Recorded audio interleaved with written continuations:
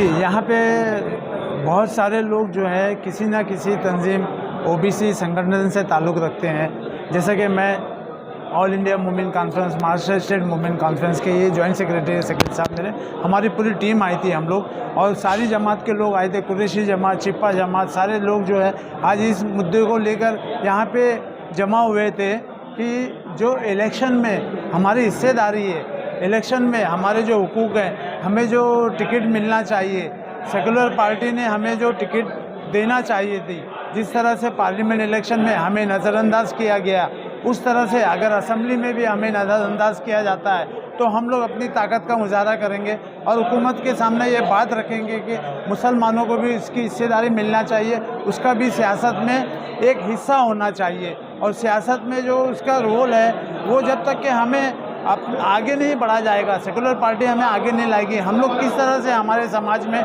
सुधार लाएंगे। देखिए, ऐसा है कि ये जो है ओबीसी बिरादरी का प्रोग्राम था और पूरे महाराष्ट्र जो है मुस्लिम ओबीसी के लोग जमा हुए। मुस्लिम ओबीसी का डिमांड यही है कि हर इलाके से, जहाँ से जो भी कॉन्स्टिट्यूंसीज है, वहाँ मुस्लिम उम्मीदवार दिए जाए। और महाराष्ट्र में ऐसी तकरीबन 40 कॉन्स्टिट्यूंसीज़ हैं जहाँ से मुस्लिम उम्मीदवार चुन के लाए जा सकते हैं अगर मुसलमानों को दिया गया है, क्योंकि उनकी आबादी ज़्यादा है।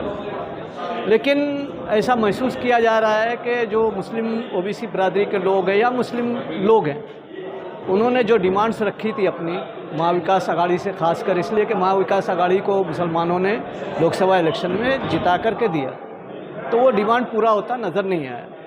तो एक तरह से ये आज की मीटिंग जो है वो इस बात को तय करने के लिए रखी गई थी कि महाविकास आघाड़ी को चेतावनी दी जाए कि जहाँ पर हमने मुस्लिम उम्मीदवार जमा किए, कम से कम इतने तो उम्मीदवार दिए जाएं जो हमारे मुसलमानों के जो तालीमी मसाइल हैं, जो भी मसाइल हैं, ख़ासकर हिफाजत का मामला भी है, उन सब को जो है वो रिप्रेजेंट मुस्लिम कर सकता है बेहतर तरीके से।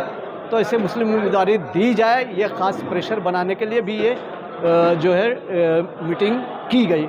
और उसके बाद अगर ऐसा लग रहा है हमको कि नहीं होगा, तो फिर जाहिर है कि हमारी एक मीटिंग और होने वाली है जो इंडोर होगी, और उसमें जो हम फैसला करेंगे वो आवाम को बताएंगे। हमारा बोलना ये है कि जितनी भी सेकुलर पार्टियां हैं उनको मुसलमानों का वोट तो चाहिए, मुसलमानों की मदद तो चाहिए, लेकिन मुसलमानों को नुमाइंदगी नहीं देनी। महाराष्ट्र में आज इलेक्शन जो हो रहा है तो यहाँ पर बहुत सी कुछ ऐसी सीटें हैं जहाँ पे मुसलमानों की आबादी जो है 30 से 40, 50% तक है, जहाँ पे मुसलमान अगर एक तरफा किसी को वोट दे तो कैंडिडेट जीत जाए। या मुद्द्यावर चर्चा होत असताना गेल्या 10 वर्षाच्या कार्यकाळामध्ये NRCचा मुद्दा, ऐतिहासिक इमारतीवरचा दावा, काश्मीर प्रश्न, लव जिहाद, राष्ट्रवाद, लँड जिहाद, मुस्लिम आरक्षण, मद्रसे आणि वक्फ असे प्रश्न आमच्यासमोर आणले गेले। हे प्रश्न 10 वर्षात आणल्यामुळे मुस्लिम समाजाचा शिक्षणाचा, आरक्षणाचा, संरक्षणाचा आणि राजकीय प्रतिनिधित्वाचा जो प्रश्न आहे, जो महत्त्वाचा प्रश्न, तो मागे पडला। आमची सगळ्यांची मागणी आहे, गेल्या निवडणुकीमध्ये लोकसभेला एकही मुस्लिम उमेदवार महाविकास आघाडीने दिलेला नव्हता। अशा परिस्थितीमध्ये एकट्ठा येऊन मुस्लिम समाजाच्या सगळ्या नेत्यांनी, कार्यकर्त्यांनी, वेगवेगळ्या सामाजिक संघटनांनी या महाविकास आघाडीकडे मतदान जोरात केलं। पण आता आमचा मुद्दा असा आहे की या प्रतिनिधित्व, या 288 उमेदवार असलेल्या 288च्या या विधानसभेमध्ये मुस्लिम समाजाचे 28 ते 30 उमेदवार किमान असले पाहिजेत, अशी आमची मागणी आहे। आणि त्या दृष्टिकोनातून महाराष्ट्र राज्यामध्ये तिन्ही आघाडीतल्या तिन्ही घटक पक्षांनी मिळून किमान 25 जागा दिलेल्या पाहिजेत आणि स्टेप बाय स्टेप येणाऱ्या विधान परिषदेमध्ये किमान 10 जागा पसमानदा असलेल्या मुस्लिम समाजाला दिलं पाहिजे। आमची मागणी अशी आहे, साधारणतः मुस्लिम समाजाची 11.5% या महाराष्ट्रामध्ये संख्या आहे। या 11.5% म्हणजे साधारणतः 32 जागा या विधानसभेमध्ये आमदार असले पाहिजेत। पण दुर्दैवाने या विधानसभेमध्ये फक्त 10 आमदार असतात आणि त्या आमदारांची संख्या वाढवण्याच्या दृष्टिकोनातून महाविकास आघाडीने विशेष प्रयत्न करावेत आणि त्यांना उमेदवारी द्यावी, अशी स्पष्ट मागणी आम्ही इथं करीत आहोत। आमच्या समाजाचे शिक्षणाच्या, आरक्षणाचे, संरक्षणाच्या मुद्द्याबरोबरच आमचं राजकीय प्रतिनिधित्व सुद्धा कमी होत चाललेलं आहे। वेगवेगळ्या अहवालातून हे सिद्ध झालेलं आहे आणि ते राजकीय प्रतिनिधित्व अबाधित ठेवण्याच्या दृष्टिकोनातून या सरकारनं, या येणाऱ्या महाविकास आघाडीच्या नेत्यांनी त्याचा विचार जरूर करावा, अशी आम्ही या सगळ्या आमच्या पसमानदा मुस्लिम बिरादरीच्या वतीने मागणी करतो कि मुस्लिम समाज ने लोकसभा चुनाव में गब्बर सिंह का जो डर दिखाया, यानी आज की जो भाजपा पार्टी है उसको कांग्रेस गब्बर सिंह बताकर मुस्लिम समाज का वोट ली, और मुस्लिम समाज के उलमा, जिम्मेदार, सभी बिरादरी के जिम्मेदारों ने महाविकास आघाड़ी इंडिया गठबंधन का साथ दिया। लेकिन उसके बाद विधानसभा चुनाव के बीच में जो वक्त बीता उसमें कहीं ना कहीं मैं कह रहा हूं कि इनका सौतेला व्यवहार देखने को मिला। सियासी हिस्सेदारी में फिर ये जो है सिर्फ डर दिखाकर वोट लेना चाहते हैं, ऐसा देखने को मिला। उसमें हमारे मुस्लिम समाज के बैकवर्ड समाज की आबादी महाराष्ट्र में 85%, 80 से 85% है, और हमारे 4-5 नुमाइंदे जो इनसे सियासी हिस्सेदारी के नाम पर टिकट मांग रहे हैं, वो देने में भी इनका अभी कई पार्टियों की लिस्टें जो है 50% डिक्लेरेशन हो चुकी है। कहीं किसी भी ओबीसी समाज, पासमंदा समाज के मुस्लिम लीडर को इन्होंने टिकट का भी डिक्लेरेशन नहीं किया, ना कोई आश्वासन दिया। इसलिए आज हम आपके माध्यम से मुस्लिम ओबीसी समाज क्या महायुति के साथ जाएगी? मुस्लिम ओबीसी समाज किसके साथ जाएगी? जो मुस्लिम ओबीसी समाज को संरक्षण, राजकरण, सत्ता में हिस्सेदारी की बात करेगा और अपने साथ लेकर चुनकर अपने साथ विधानसभा तक पहुंचाएगा, वो उनके साथ जाएंगे। अगर महायुति और जो दूसरी युति है, दोनों अगर किसी ने साथ नहीं दिया तब आप क्या करेंगे? तब है हमारे पास और भी दूसरे जो तीसरे विकल्प है, हम उनके साथ जाना चाहते हैं। एक उसका प्रपोजल ऐसा है, कल मैं था खुद, कल मोहन जरांगे साहब औरंगाबाद में आए थे। मोहन जरांगे साहब ने हमको मुस्लिम समाज के लिए एक प्रपोजल दे चुके हैं। उनका ये कहना है कि महाराष्ट्र के अंदर में हमारे लिए कुछ हिसाब से मराठा के साथ में, अगर महाराष्ट्र के अंदर मराठा, मुसलमान और दलित एक साथ आते, उस बैठक में मैं था, 2 घंटे तक बैठक चली है। अगर महाराष्ट्र के अंदर मराठा, मुसलमान और दलित एक साथ में अगर आ जाते हैं तो महाराष्ट्र में हम एक नई क्रांति लाने की सोचते हैं।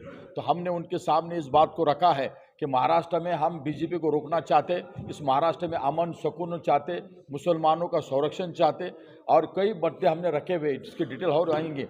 हमने ये उनको कहा है कि अभी जो हमारे सामने जो मसाइल है, पहले हमने महाविकास आघाड़ी की तरफ महाराष्ट्र में कई मतदार संघ में मुसलमानों के कैंडिडेट उम्मीदवारों की बाकायदा लिस्ट और एप्लीकेशन उनको दे चुके हैं।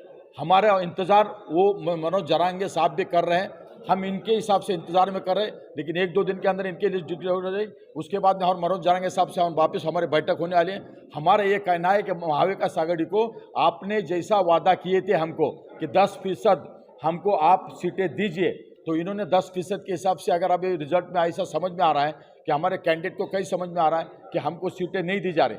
मुसलमान अक्सरियत जिस मतदार संख्या में है और जहाँ पर मुसलमान चुन के आ सकता है या थोड़ा बहुत वोट दूसरे का ले सकता है, तो उस मतदार संघ में आते हैं। हमारा ये कहना है कि ऐसे कई महाराष्ट्र मतदार संघ है जहाँ मुसलमान निर्णायक है, हम तो आपको वोट दे रहे। और हमारा ये भी आगे कहना है इनके लिए, हमने तमाम जितनी भी महाविकास आघाड़ी की पार्टी है इसके अंदर कहा है कि हमारा मतदार संघ का इतना मतदान का परसेंटेज इतना है कि हम कई समय जो 100% नहीं आ सकते, लेकिन हम जहाँ 40% है, 15%, 50% है, हमने सदियाँ बीत गई, हम आपको मतदान देते आ रहे हैं।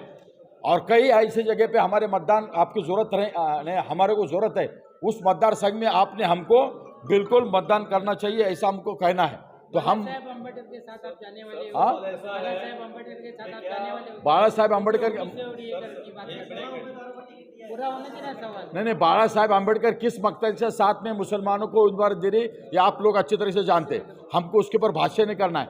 हमको जो भी बीजेपी को रोकना है, ऐसी ताकतवर हमारे समाज है, यकीनन हमारा समाज ताकतवर है।